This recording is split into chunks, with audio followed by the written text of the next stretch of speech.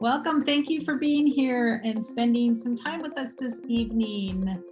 While we are waiting for people to sign in and get their audio connected, we'd just like to remind you of a couple things. Go ahead and check your audio. If you want to have your camera on, we're happy to see your face. But if you're cooking dinner and you want to leave your camera off, that is okay with us too. If you can, close down some tabs, your mental tabs and your computer tabs, so that you can be present and be here with us. We're going to have some interaction, hopefully, in the chat and have some good conversation. And if you want to go ahead and take a minute to type in the chat and introduce yourself, tell us where you're from. And we've got a food theme tonight. So tell us what your favorite breakfast from your culture is, your whatever that might be. What would be your favorite breakfast item? All right, so again, go ahead and check your video, keep your camera on or off. We're happy to have you here either way. Get centered and join us. We're happy to have you here, and go ahead and just take a minute to introduce yourself in the chat if you would like. For some of us on the East Coast, it's a little bit later. Maybe it's earlier if you're on the West Coast. But we're happy to have you here tonight. Has anyone attended one of our sessions before? Or is everyone new? Awesome. Nice to meet y'all. Syracuse. Ooh, that sounds delicious. Cornetto and a cappuccino. Fantastic. Well, thanks everyone. We're going to give it just 30 seconds while we get everybody settled. We've got some arepas for breakfast, arepas con queso from Texas. Awesome. Colombian arepas. Oh, we've got a lot of that. Fantastic. Montana. Oh, biscuits and gravy from Montana. Croissants. All right. Fantastic. Well, it's great to have everyone. And thank you so much for coming, and we're going to go ahead and get started. So tonight's session is called Lesson Planning, a Menu of Options. What will you choose? And so I am Michelle Ola. I'm one of the instructional strategists here tonight. We've also have Carolyn Taylor. Hi, everybody. And Kelsey is our producer tonight, who's going to help us in the chat, answer any questions, kind of give you the links as we go, and take care of you there. So between the three of us, if you have any questions, we've got you covered. All right, so last week we had, this is a series we're doing here in March, and it's called Setting the Table for Effective Lesson Planning. The first installment was about setting the table, so getting ready for that, setting some groundwork. You can see the video replay of that session later this week. It should have been up today, but they didn't quite make it. But it will be on our PD page along with this one before, probably by tomorrow. During this week's session, we're going to guide you through lesson planning with our free template that we're going to give you. And then next week, we're going to do a potluck. We're going to do on the 29th an idea swap, where you can come collaborate with other teachers that are teaching Spanish, French, whatever other language, and you can talk about your best lesson ideas, strategies, get feedback on your lesson plans and that sort of thing. So all of those, you can see the videos and register for all of the sessions by using this QR code or the bit.ly right down here at the bottom. And then Kelsey is putting that information in the chat as well. If you forget, you can always just go to waysidepublishing.com and look for professional development in the drop-down tab. So today, we always have been trying to put together a little workbook for you to use if you choose to. You can put your takeaways in it. You can just sit here and absorb it and then go back to it as kind of a reminder of some of the things we talked about later. You might even want to use it as a basis for like PLC discussions in your school, because you can watch these videos. So maybe you're here and your coworkers are not. You'll have that video or that workbook that can assist you with that as well. So to get the workbook, and it is a typable workbook, you can go to this link down below or scan the QR code And then you'll see it in the corner, there's going to be a little download button, and you can download that, open it up, and type in it if you'd like. So I'm going to give you just a couple seconds. If you wanted to go ahead and click on that and open that up in another tab, you are welcome to do that. And meanwhile, in the chat, I'm just going to go ahead and take a look at who else is here. All right, we've got Michigan, New York, all the way to California. Nice and early there.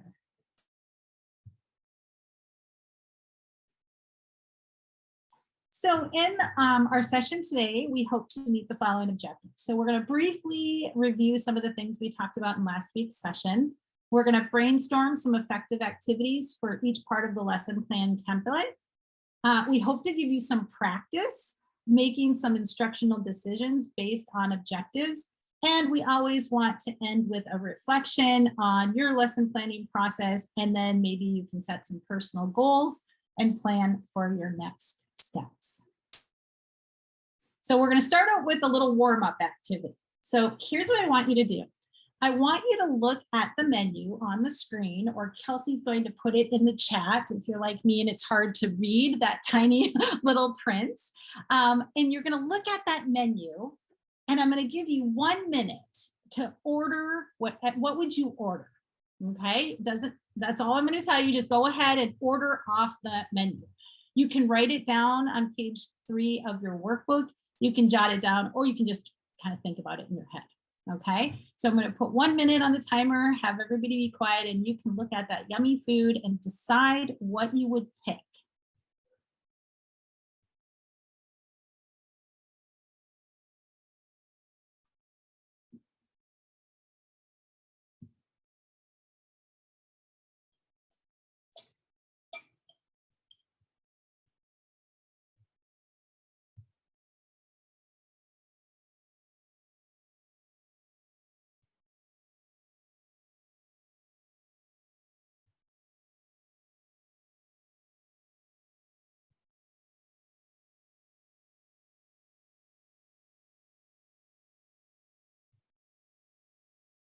And you can also go ahead and put your choices in the chat if you would like.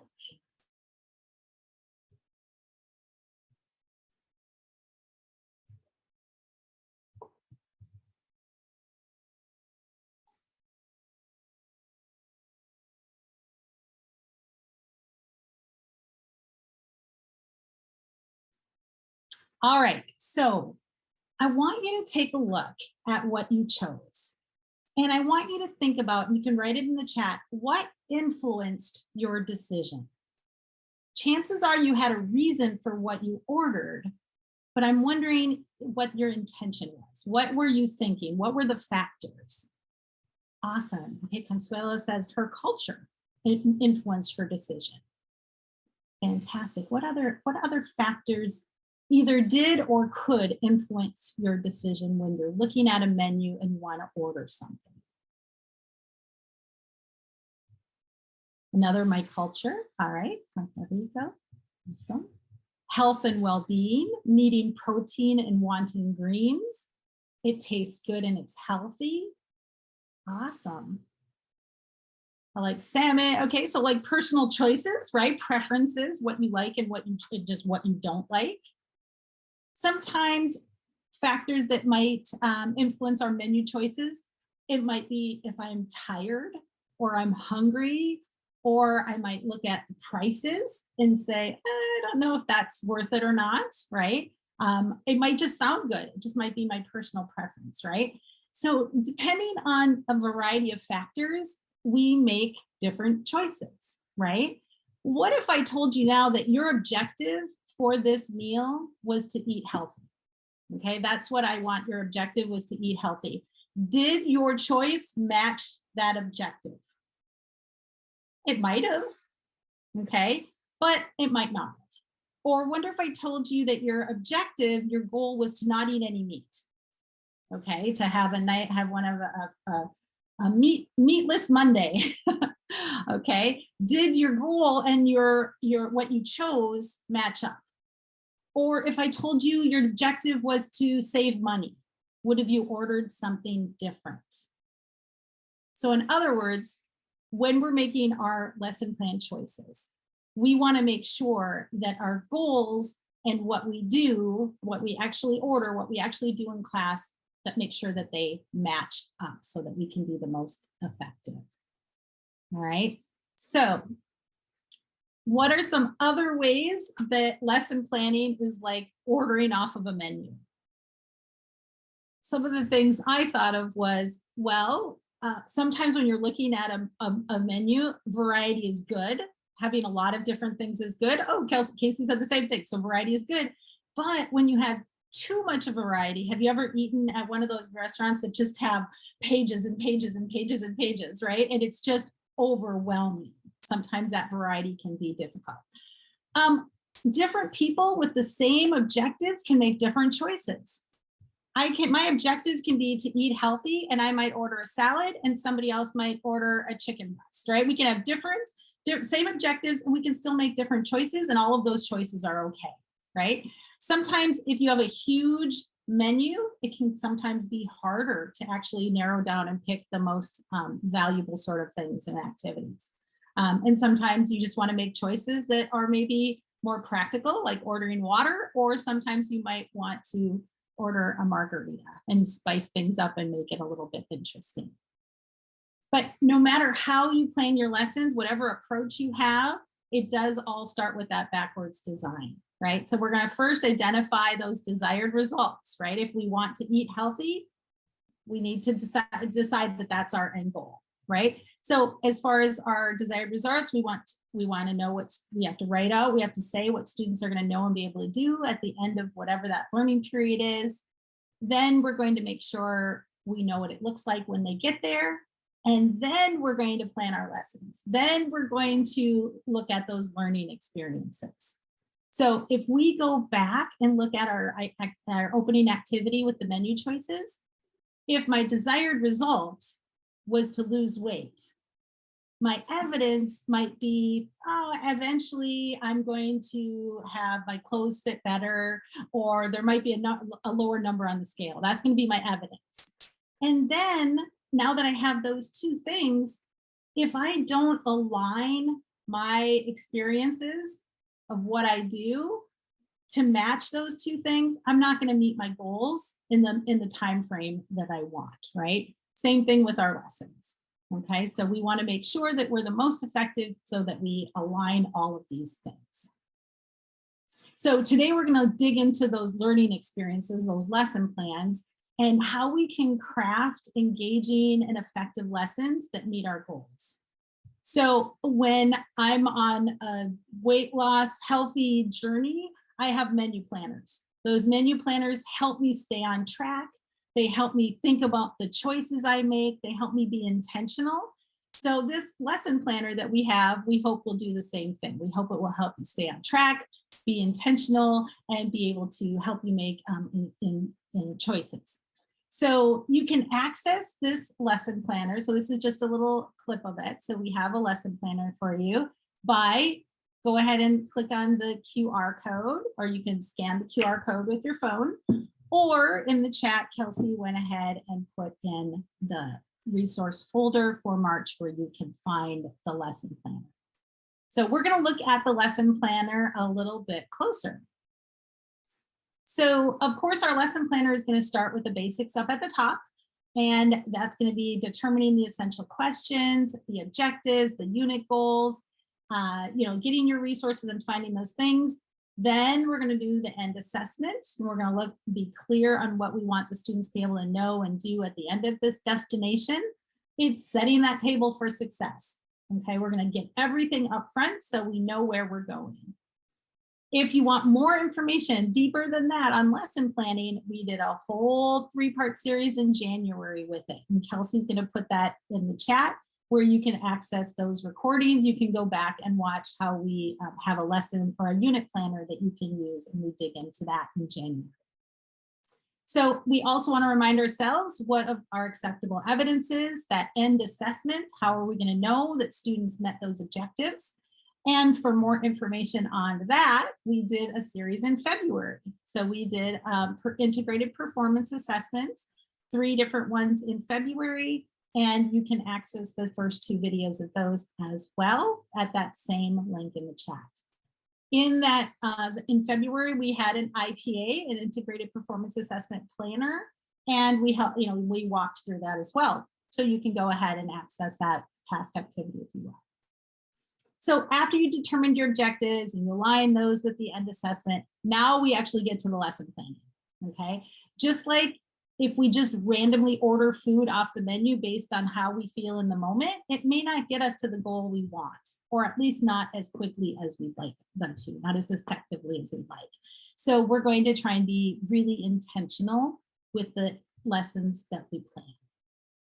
So now that we're looking at lesson plannings, I don't know, I'm not sure how many of you were here last week, but last week we talked about some of the staples in our lessons, the main ingredients that make up successful lesson planning.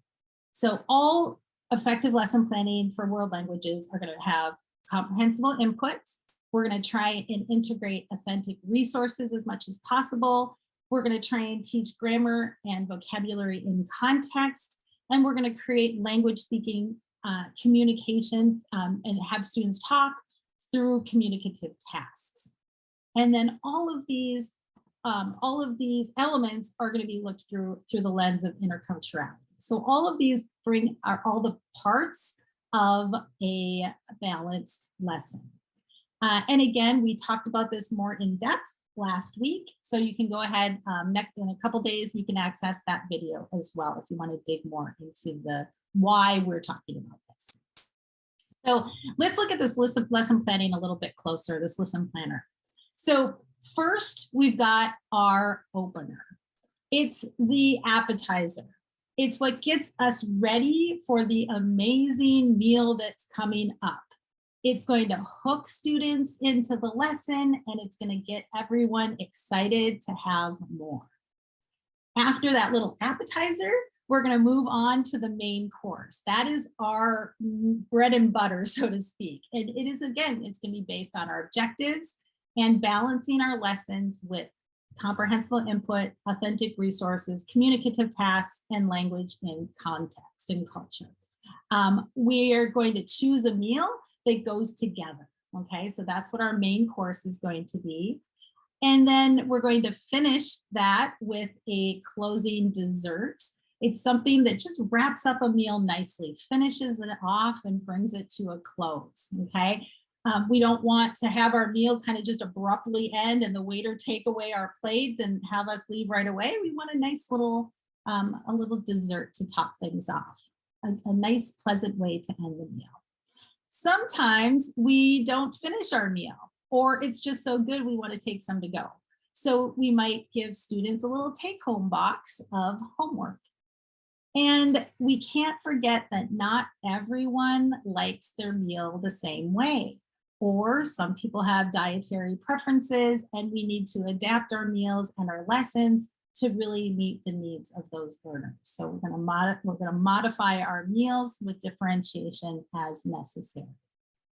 We want to take into account the materials that we need for our lessons. So just like we want to make sure we have the right utensils to effectively eat our meal and we're not trying to eat our soup with a fork, we want to make sure we have the right materials when we're getting our lessons ready.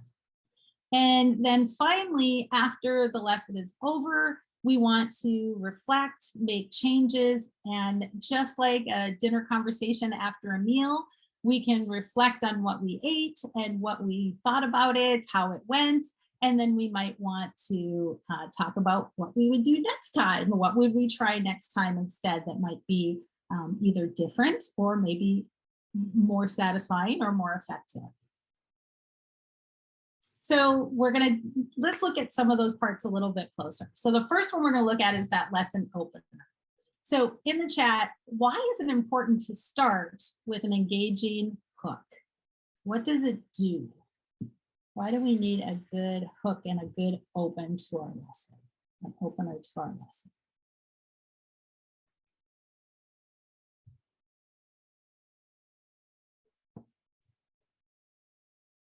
Any ideas?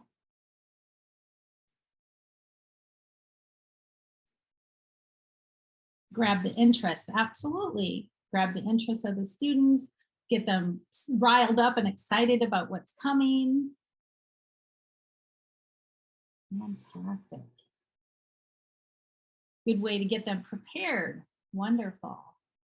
Also good to transition them, right? If they just came from math class and they're thinking about that, they have to transition into this new learning environment. Stimulating interest, settles them down, focuses them on the lesson. Absolutely. So 3 of the things that in particular we wanted to pay attention to, it activates, so it's very brain friendly. It activates prior knowledge and gets them ready to hook that new knowledge that you're into or that you want to get them into. So activates that prior knowledge, primes the brain and primes the students for new learning. And of course, it's going to hook them and get them excited. What are some of your favorite openers? What are some things that you like to do at the beginning of class? Do you have any that just really resonate with students in your language class?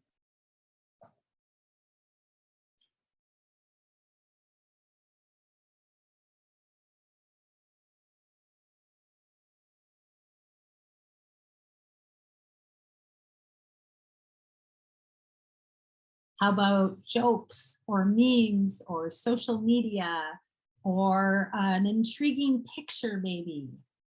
Here are some activities that might be good for an engaging opener. Are there any of those that you tend to use? Maybe a song.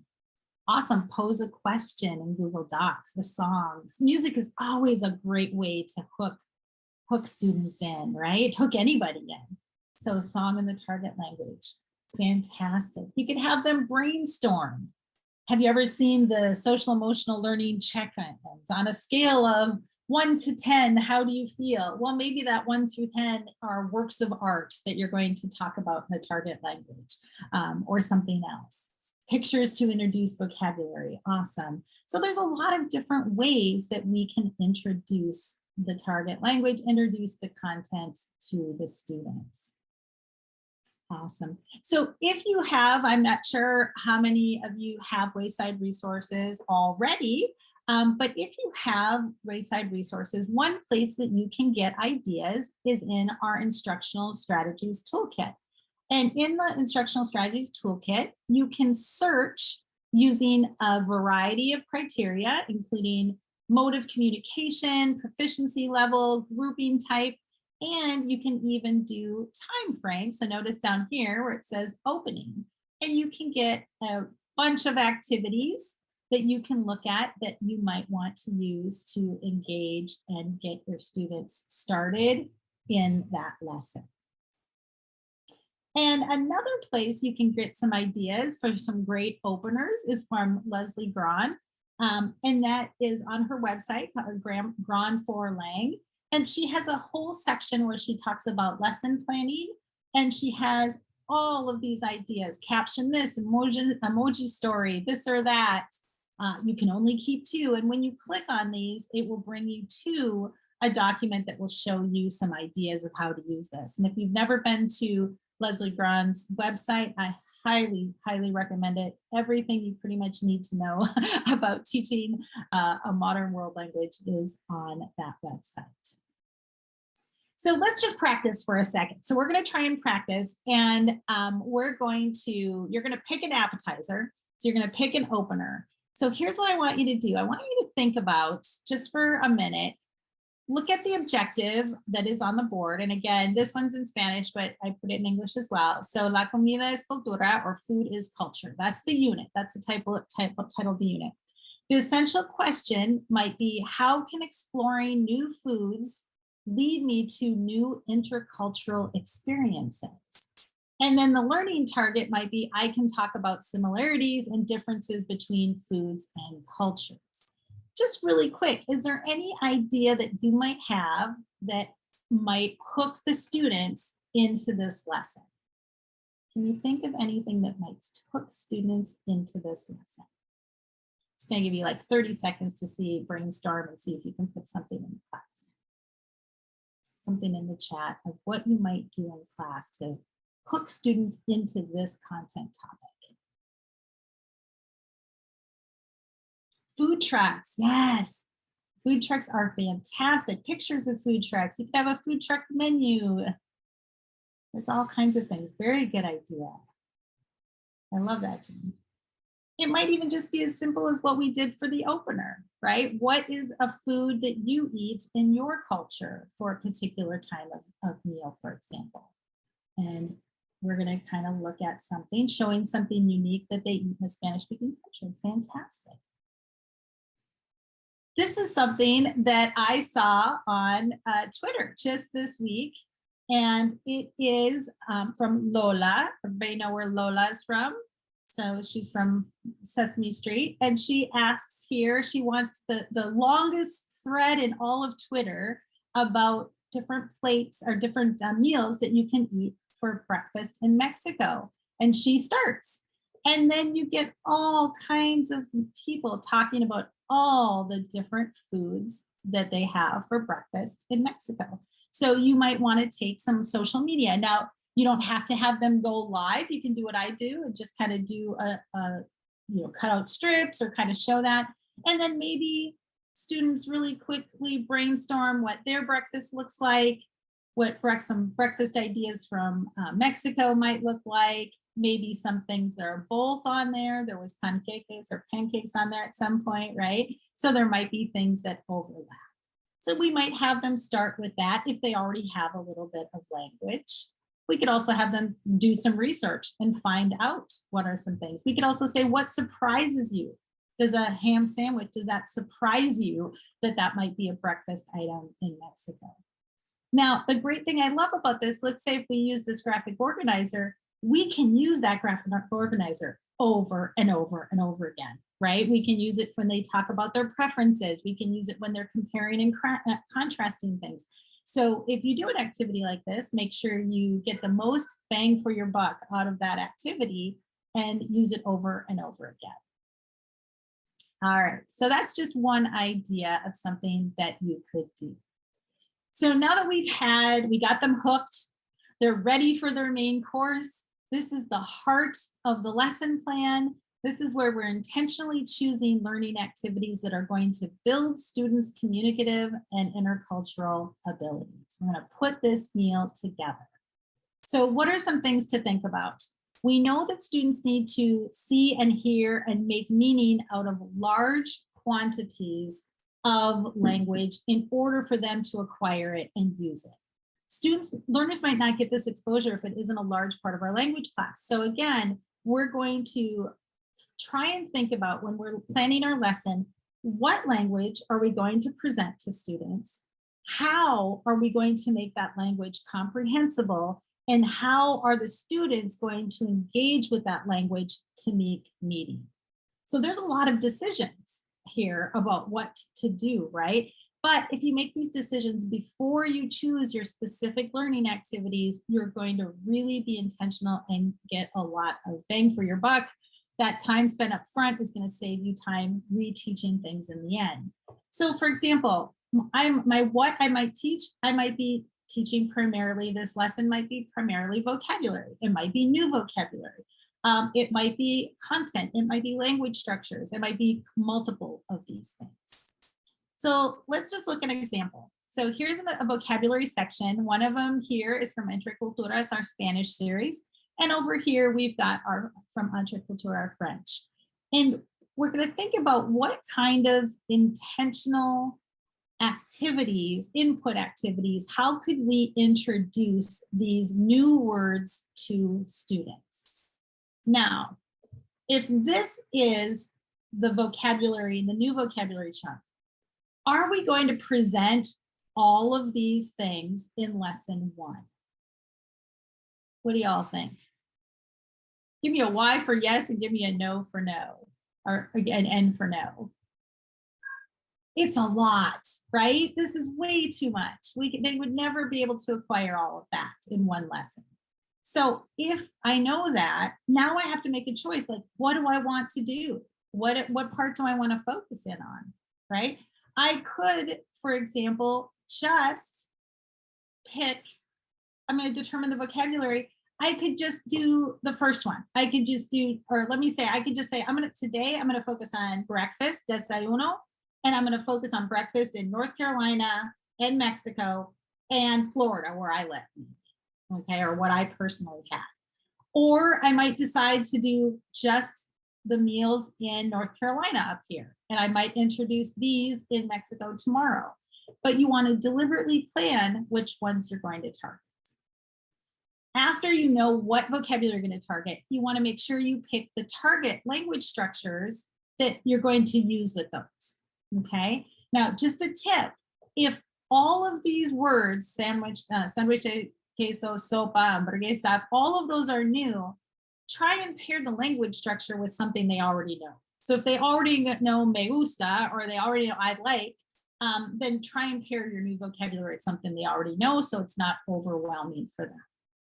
And then we're going to determine our student learning strategies. There might be particular strategies we want to focus on, using visuals, paying attention to cognates, looking at, really carefully at the pictures to figure out what's going on. So there might be some language strategies we want to focus on as well.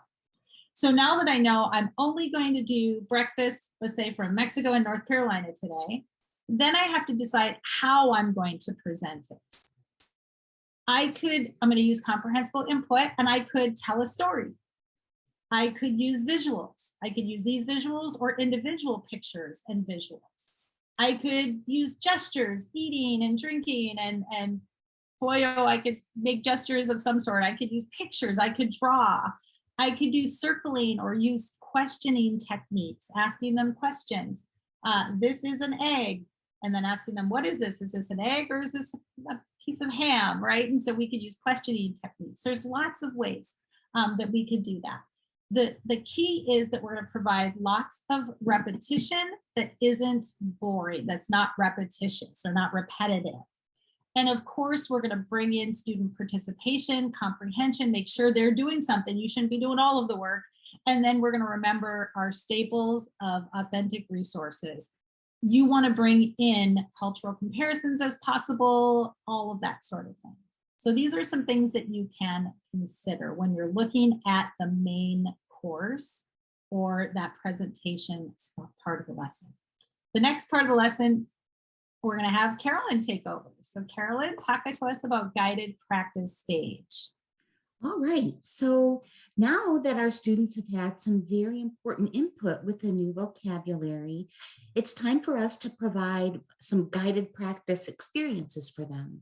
So during the guided instruction phase of lessons, the teacher is there to provide support and guidance through practice with that new content or the new structures that are going to move the students forward toward being independent language learners. So a couple of the key questions to focus in on are, how do I plan learning experiences that allow students to use the language? And then how do I create experiences so that students understand and remember, right? So it's really thinking about creating experiences for them to use, and then those that will help them understand and remember what it is that you're teaching them. So like a masterful chef, you'll carefully choose your learning experiences to create an unforgettable main course. So you need to gather your utensils, your authentic resources, your textbook, your curriculum guides, your instructional strategies toolkit in order to plan these experiences that are aligned to the learning targets. They're communicative, and they use language in meaningful contexts, not in isolation. And in doing so, you'll provide students with the appropriate scaffolding and supports that they need to be successful. All right. So here's an example of an activity that I might have students do after I presented this vocabulary section. It's a sorting activity that helps these new words add them to an existing shelf, right, in the students' brains.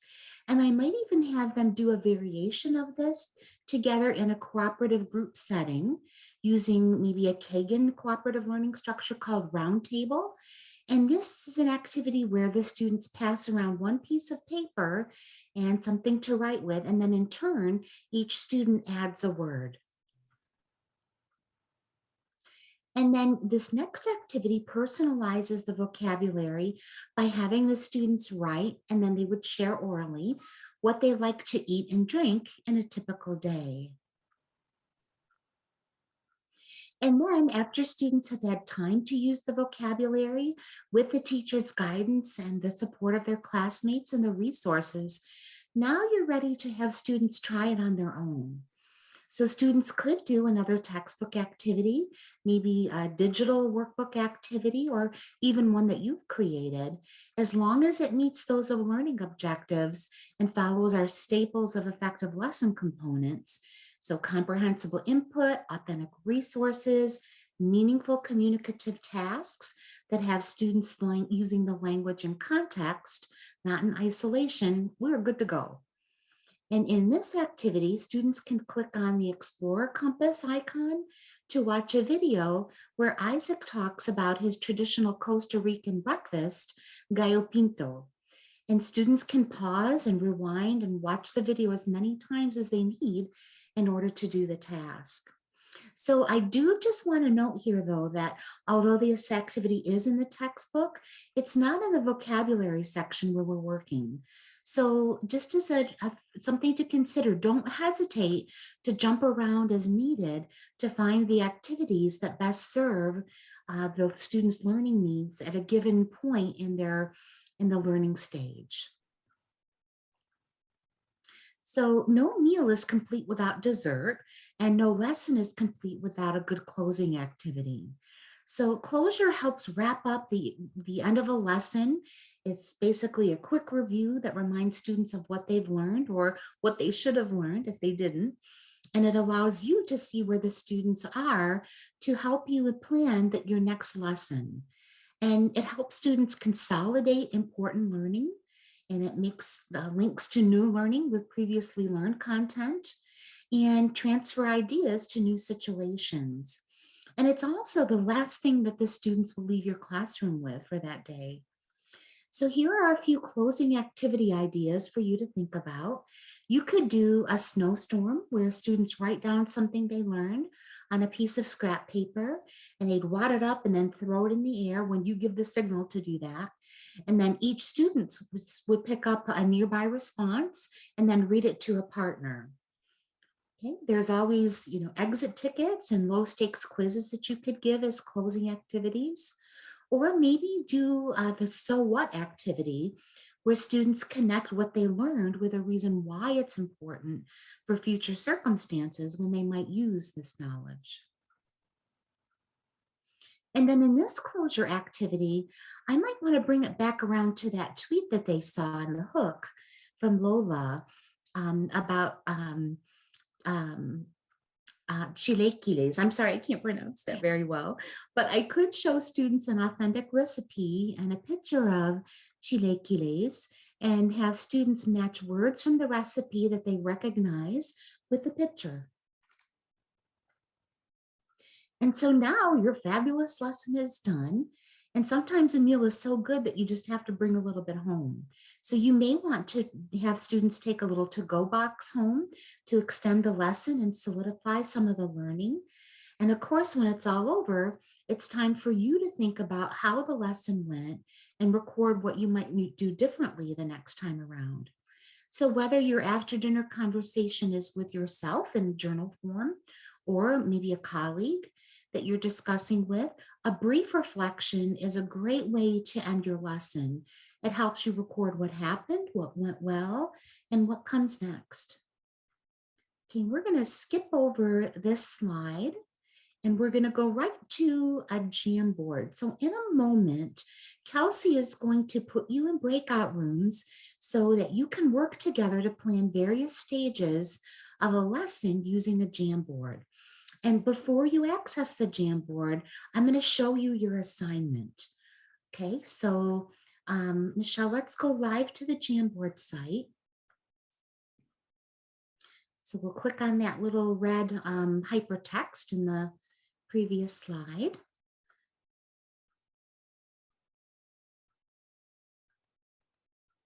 Can you see it? Let's see. Yep. Okay, got it.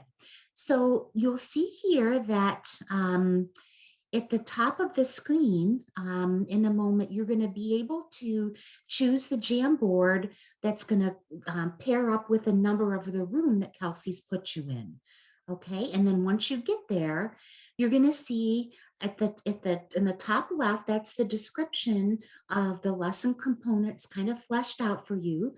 You can see the key vocab that they're working on, some of the intercultural connections that they'll be doing. Of course, you've got the essential questions listed, and then the not only the unit objectives, but the lesson objectives. And so your job during your time together will be toward the right-hand column. You've got the different component parts of the lesson plan that match up with the graphic organizer on the left. So the first thing you'll notice is the set or opener, and you've got 3 choices there. So with your team, figure out which of those 3 activities you want to use as an opener, and you may even want to do 2. So, make that decision, and then you just simply drag and drop your choice into your organizer. Okay, and then Michelle, we can show them maybe how the input works for the rest of them as well. For the input, guided practice, each of the remaining segments, the same thing. You can drop and drag those components wherever you want to in creating your lesson plan. So while you're doing that, be really thoughtful and strategic about which lesson activity you're going to lead with in that segment, what would come next, and what you might wrap up with. So this is geared for a 90-minute block plan. So, maybe pick and choose those lesson components accordingly. And then again, be sure to think about which one would happen first for the students and then the subsequent ones, okay? All right, so we'll go back to the slide where we have the info, and essentially you're gonna just again go to this to the top of the screen once you access the Jamboard through that link. Okay, and then again, you'll scroll through till you find the right number of the Jamboard that matches your breakout room number. Okay, and then we'll give you 15 minutes. Kelsey will set a timer once you're all situated in your rooms for you to do this process. And then you'll automatically join us back as a whole group. And then we'll spend a few minutes debriefing about which lesson components you chose to happen maybe first and second, and why you made those instructional decisions. Okay? All right, so Kelsey will help us get you where you need to go. Okay, I have opened all of the rooms, so you should see an invite to join the breakout room. So remember, you want to navigate to the Jamboard that matches the number of your breakout room.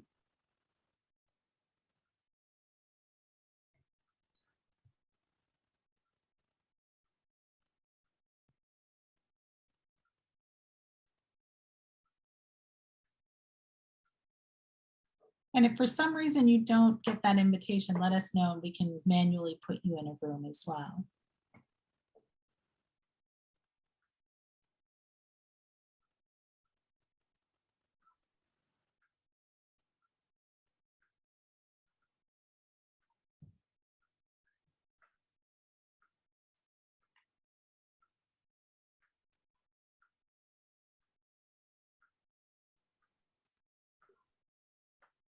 Alma and Concepcion, if you're here and need help, let us know. You may have stepped away for a minute, and that's okay if you have, but if you need our help, let us know. Getting into a breakout room. Oh, okay, awesome.